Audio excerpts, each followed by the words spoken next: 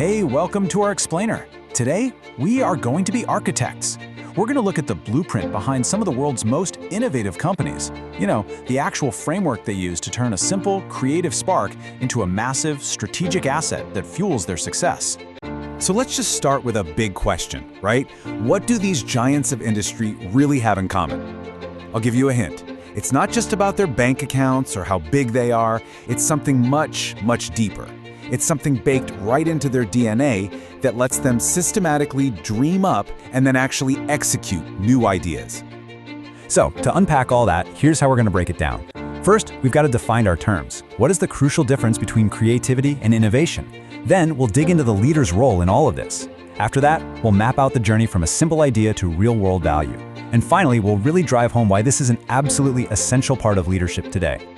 Okay, let's dive in. First things first, if you want to build a house of innovation, you have to understand your building materials. And for us, the two core materials are creativity and innovation.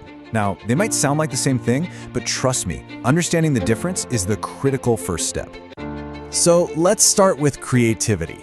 I want you to think of creativity as the spark. It's that aha moment. It's the brainstorming session where the magic happens. It's the simple act of thinking up something that is both new and genuinely useful. In a word, it's potential. But, you know, a spark on its own doesn't do much without some fuel. And that is exactly where innovation comes in. If creativity is the spark, innovation is the engine. It's the hard work. It's the disciplined process of taking that creative idea and actually turning it into something real. A new product, a better service, something that delivers tangible, measurable value. And if you look at it this way, it becomes super clear. Creativity is the spark. Innovation is the roaring fire it builds. Creativity is about thinking new things. Innovation is about doing new things. One is potential, the other is impact. And for any kind of sustained growth, you absolutely need both. They're like these twin engines that have to fire together to move you forward. So, if you need both of those engines running at full throttle, how do you actually make that happen? Well, the answer isn't some fancy new software or creating a special department. No, it all comes down to leadership and the kind of culture they intentionally build. And this is a really critical point. The most truly innovative companies out there, they don't just stick this job in a silo called the innovation lab. Instead, they build a culture where everyone, I mean everyone, in every single role feels empowered and expected to contribute. Innovation isn't a task. It becomes part of the company's very fabric. So how do you build that culture? Well, it stands on these four pillars. First, you need visionary leadership to set the direction, the why behind it all. Then, and this is huge, you need psychological safety. You have to create a space where people aren't afraid to fail. Third, you need structured processes so ideas have a clear path to get heard and developed.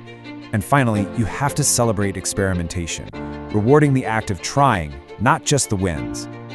Okay, so we've got the culture set up, it's safe, it's visionary. Now let's look at the actual machine that turns that creative spark into something that can transform the business. Let's look at the innovation pipeline. It's actually a pretty simple but really powerful three-step flow. Step one is to foster creativity. That's the culture piece we just talked about, right? Step two is where innovation really kicks into gear. The structured, disciplined implementation of the best ideas. And step three, well, that's the payoff. That's when you create tangible value that helps the organization and, of course, its customers. And this pipeline, this is exactly how the leading companies do it. This is how they come up with breakthrough products that redefine entire markets and achieve true organizational excellence. It is a deliberate, repeatable system. It's not just getting lucky. All right, so we've covered the what and the how, but now we get to the most important part of this whole discussion, the why.